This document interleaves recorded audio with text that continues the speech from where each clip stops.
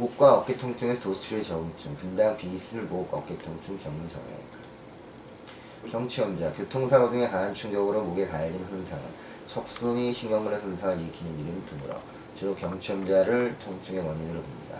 신경 손상이 없음에도 불구하고 상기의 통증이나 마비가 발생하는 경우도 있고 외상의 치유기간을 경과해도 증상이 완치되지 않는 것은 천장관절을 기초로 해서 상위 흉추 추간, 늑추, 흉늑, 흉쇄 관절에 관절기능 장애가 있는 것이므로 그들의 도수치료로 치료를 합니다. 단 천장관절염 특수형은 개선은 되지만 재발은 반복하며 신경장애가 없고 관절의 운동이 개선되어도 자각 증상이 없을 경우에는 정신적인 장애도 고려해봐야 합니다. 자고 일어나면 목이 뻐근한 증상, 수면 중에 목이 장시간 부자연스러운 위치를 유지하는 것으로 발생하는 장이 흉추 추간 관절, 늑추, 흉쇄 관절의 무인성 관절염으로 염자 일종으로 부릅니다. 천장 관절의 기능을 가지고 있어 도수치료 잘 가능하고 변형성 경추증, 목 디스크, 목 및 상지의 통증이나 마비가 보이며 방선상의 변형이나 탈출증이 있다면 이것이 원인이라고 생각하는 경우가 많습니다.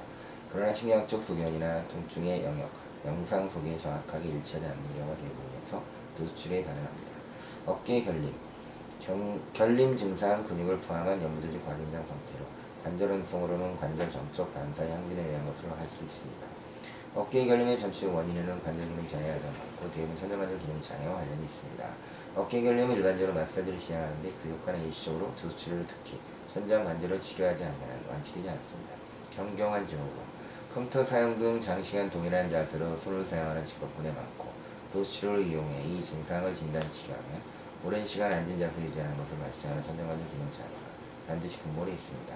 손을 너무 많이 사용해서 2차성으로 상위 흉추 추간 관절, 늑추, 흉쇄, 흉늑 관절의 관절 기능 이상이 발생해 증상이 나타나는 것으로 보입니다. 이런 이유로 치료는 천장관절 이어서 2차성 관절 기능 이상에게 도수치료를 시행하며 이 질환의 대부분은 천장관절 특수형을 내포하고 있으므로 재발하기 쉽습니다. 경관절 주의형, 경관절 주변 통증에는 구축을 수반하는 오십견과 구축을 수반하지 않는 것이 있고 오십견은 발생 후 2개월 동안 국성기 국소염증이 통증의 주요 원인입니다. 2개월이 지나 만성기에 들어가면 국소염증이 소실되면서 수치를 가능하고 만성기 통증은 관절염성 통증이라고 볼 수 있습니다. 안정치 통증은 및 야간통은 치료 직후부터 좋아지며 통증에 의해 증폭된 구축은 도수치료로 개선됩니다.